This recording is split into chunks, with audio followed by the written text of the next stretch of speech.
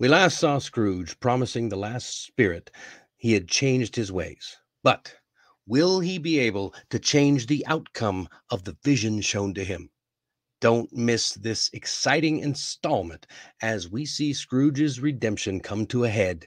With only 2 episodes left to go, tune in to find out if Scrooge can truly turn his life around in time for Christmas.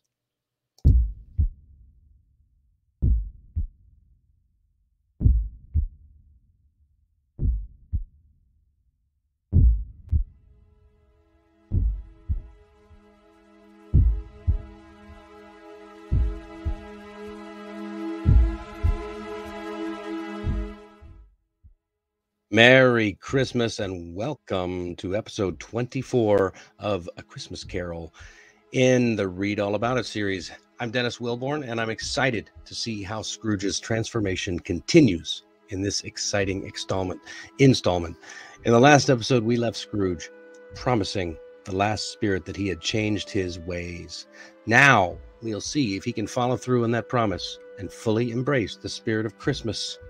So get your hot cocoa, snuggle up by the fire, and join me as we watch Scrooge's redemption take place in this heartwarming tale, A Christmas Carol. This is episode 24 out of 26. Let's get started. The Last of the Spirits, Part 5, Chapter 4. Vocabulary. Alteration. Alteration is a noun, and it means a change in something. I was just talking with someone today, and we were mentioning how words that end with A-T-I-O-N, like Asian, or T-I-O-N, shun, often, not always, but often those point to a root word that is a verb. The verb in this case would be alter, which means to change something. To change is to alter. But alteration is a change in something. So, for example, I think we need to make a few alterations to this dress.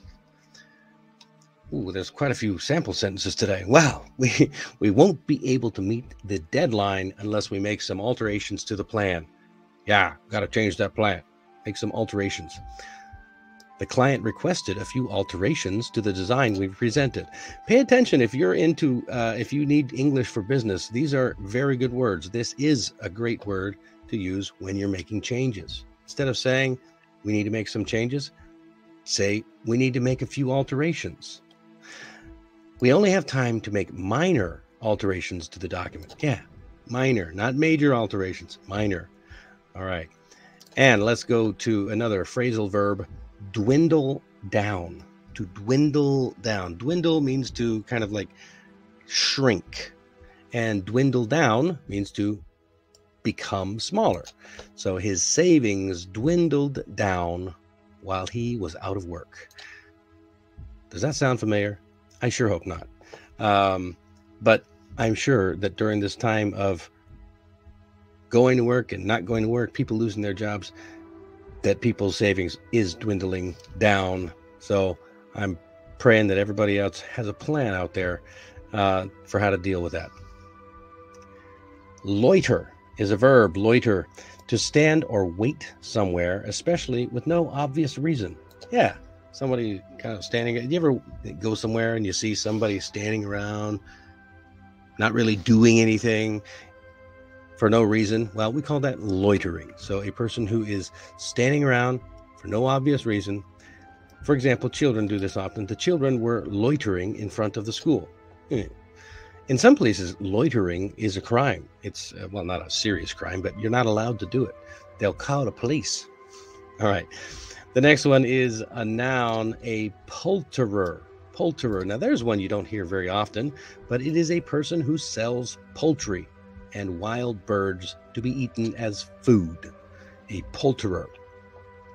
Kind of like a butcher is a person who sells meat and things, but a poulterer is specifically for birds or poultry, which is a type of bird, and wild birds. He bought a fresh wild goose yesterday from the poulterer. So, what is a type of poultry that you're familiar with? I mean, everybody knows that one. Chicken, right? Chicken, turkey, duck, goose. Those are common. Well, maybe not goose. Goose isn't that common in the U.S. anyway. But chicken and duck, turkey, yeah, quite common poultry. And last one here is earnest. Earnest is a noun. It's very serious and sincere. I can see that you studied in earnest about all this, but, okay. But what? But what? But what? I guess that's, but you didn't do very well, even though you studied in earnest? Perhaps. Maybe so. It happens. All right, let's jump into the story here. Book passage, A Christmas Carol, Chapter 4, The Last of the Spirits. Part 5. Holding up his hands in one last prayer to have his fate reversed, he saw an alteration in the phantom's hood and dress. It shrunk, collapsed, dwindled down into a bedpost. Yes, and the bedpost was his own. The bed was his own. The room was his own. Best and happiest of all the time before him was his own, to make amends in. Running to the window, he opened it. He opened it and put out his head. Where was I? Yes, no fog, no mist, no night. Clear, bright, stirring golden day. "What's today?" cried Scrooge, calling downward to a boy in Sunday clothes, who perhaps had loitered in to look about him. "Eh? What's today, my fine fellow?" "Today? Why, Christmas Day." "It's Christmas Day! I haven't missed it. Do you know the poulterers in the next street but one, at the corner?" I should hope I did." "An intelligent boy. Do you know whether they've sold the prize turkey that was hanging up there? Not that little prize turkey, the big one." "What, the one big as me? What a delightful boy. It's a pleasure to talk to him. Yes! It's hanging there now." "Is it? Go and buy it." "What?" exclaimed the boy. No, I am in earnest. Go and buy it and tell them to bring it here that I may give them the direction where to take it. Come back with the man and I'll give you a shilling. Come back with him in less than 5 minutes and I'll give you half a crown." The boy was off like a shot. Phew. "I'll send it to Bob Cratchit's. He shan't know who sends it. It's twice the size of Tiny Tim. Joe Miller never made such a joke as sending it to Bob will be." The hand in which he wrote the address was not a steady one, but write it he did, somehow, and went downstairs to open the street door, ready for the coming of the poulterer's man. It was a turkey. He never could have stood upon legs, that bird, so big it was. Oh my goodness, wow. What a change in the story. You'll notice that I had to pause there to change the music because that dark music just didn't fit with what was happening. Where did Scrooge wake up from his vision with the spirits? It certainly wasn't in the churchyard. That would be awkward, wouldn't it? No, he woke up in his own bed. What a great place. I mean, have you ever woken up from a dream that was so real that you thought it was, and you were surprised to find yourself in your own bed? I know I have. I mean, and I can only imagine how old Scrooge must have felt. And when Scrooge first woke up, whom did Scrooge call to? Oh, no, he didn't call the pizza place on the phone. No, he had to open the window and call to just some random stranger on the street. Right, he called to some boy. It says, calling downward to a boy in Sunday clothes who perhaps had loitered in to look about him. So Sunday clothes means usually, especially back in those days, meant the finest clothes that you had. It was the clothes that you wore to church on Sunday. And that's, in some times they called them the Sunday best. In this case, they called them the Sunday clothes. So if you were in your best looking clothes, that was your Sunday clothes.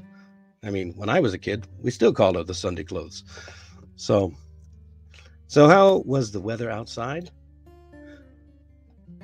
Right. It wasn't dark. It wasn't foggy. It wasn't misty. It wasn't anything like that. Pure, crisp sun shining. I imagine it was still cold, but after the darkness of the story, what a great is the poulterers. Oh, here was it. Do you know if they've sold the prize turkey that was hanging up here? Not the little prize turkey, the big one. I can just imagine, especially the way the story ends when he says it was a turkey. He never could have stood upon his legs. That bird was so big. Can you imagine a bird so big that it would have not been able to stand up? I mean, of course, that's hyperbole. It's a bit of an exaggeration, but it's still pretty good. And what did Scrooge want to do with the turkey? Right, he wanted to outdo himself.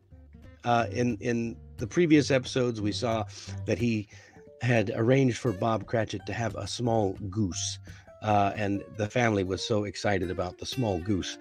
So imagine how they must feel to receive a giant of a turkey. That would be quite the sight to see. All right, language practice. Again, check the description. You can find the links to this in your description. And I just want to know, what do you think about Scrooge's reaction after waking up? How would you have reacted? That's one question that you could ask.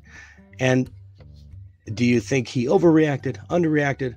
Did I overact? Who knows? Let me know. All right. We are almost to the end of this exciting story. Stay tuned. Only 2 more episodes left. Tomorrow, Christmas Day, come and see how Scrooge finishes off his transformation. Will it stick or will it end abysmally? Only time will tell. Come back tomorrow and find out. Thanks for joining me on this reading of A Christmas Carol by Charles Dickens. And if you want to continue the story, just click on the box right over there. I am always grateful for your support, so please remember to like and subscribe for more from All About English. Merry Christmas.